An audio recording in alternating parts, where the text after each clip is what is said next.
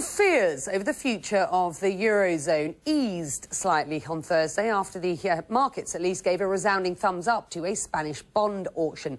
Spanish stocks surged more than 2.5%, not necessarily a surge, I guess. They were up 2.5% on the news. But as Al Goodman explains, passing this first test of the year doesn't mean that the debt crisis there is over. Joy on the Madrid stock market and what some analysts are calling some very necessary breathing room for the beleaguered Spanish economy after the first bond auction of the year. The Spanish government raised 3 billion euros, or about $4 billion, in the sale of 5-year bonds, and it was oversubscribed, about twice as much demand as for what was offered. The downside, in order to attract investors to the troubled Spanish economy, the government had to pay a higher yield. 4.6% marginal rate this Thursday compared with a 3.6% rate just 2 months ago, the last time there was a 5-year bond auction.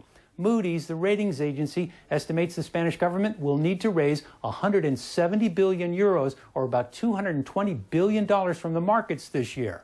They're off to a good start, but there's a long way to go. Al Goodman, CNN, Madrid. Yes, there is. Italy, hot on the heels of the Spanish with its own auction on Thursday. It sold $8 billion worth of 5- and 15-year bonds. Demand healthy, but the price was slightly higher than at the last auction in November.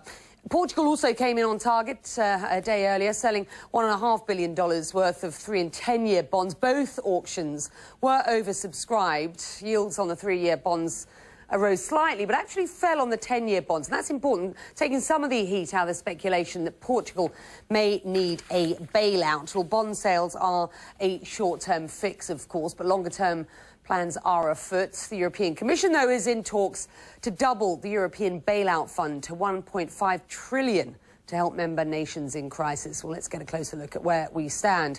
Kevin Dunning from the Economist Intelligence Unit joins us now. I think the first point here needs to be simply this: who's buying this debt? Do we know? We don't know exactly, but we do have a bit of an idea that it's not all coming from within those countries, especially in Portugal. A lot of it's coming from outside. There's lots of speculation before the actual auction that China was interested, Japan was interested. There's not a neat breakdown, but certainly it's not all coming from, say, Portuguese residents, Spanish residents. Which is important. All right. What's the message from what has been, let's call it, a decent uptake on these bond auctions? I mean, I think it's a bit of a qualified success in the sense that, yeah, there was very high demand for the bonds, but at the same time, they still had to pay quite a lot for it. So, I mean, I think it's a start, but also the problem is you get one away and you have to start and think about the next lot of money you have to raise. Yeah, and effectively offering people more and more and more to effectively make these things work. In an article in the New York Times this week, the influential economist Paul Krugman argues that the pace of recovery in Europe is being slowed by a single currency. He says that Europe lacks the institutions to make a single currency workable. Now, we've heard that argument before, but coming from a man as informed as Krugman is, does that worry you, or should it worry those who use a single currency? Of course, we don't here in the UK. Well, I think, regardless of what Mr. Krugman says, we should be a bit worried about how fast the economy is going to grow over the next years, because given how tough the cuts are that they're implementing, which have to be very fast and very steep to actually make a difference, the economy is inevitably going to slow, and places like Portugal have had a poor growth rate for a long time. So at the same time as you're taking a lot of money out of the economy, households and companies are struggling as well under their high debt load. So really we're asking a lot of these countries to do it all on their own, and that's why I think it's good to have the bailout fund standing behind them. Will it be used? That's the question. I mean, you know, people will be asking tonight, they see the bond auctions, they say, oh, Europe may be out of the woods, is it? Do we need these bailout funds? We absolutely need them, there's no doubt about that. And we're not out of the woods at all off one bond auction. You know, these countries have to raise a lot of money this year.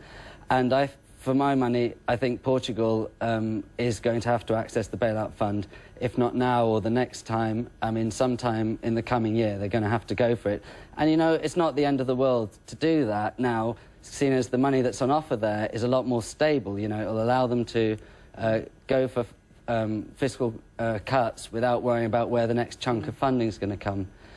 The worry after Portugal is, does Spain need the same thing? And I think that's still unsure, but they need a whole lot more money, and that's partly why the European leaders are thinking about raising the amount of money that's available. It's a lot of money. All right, we're going to leave it there. We thank you very much indeed for joining us.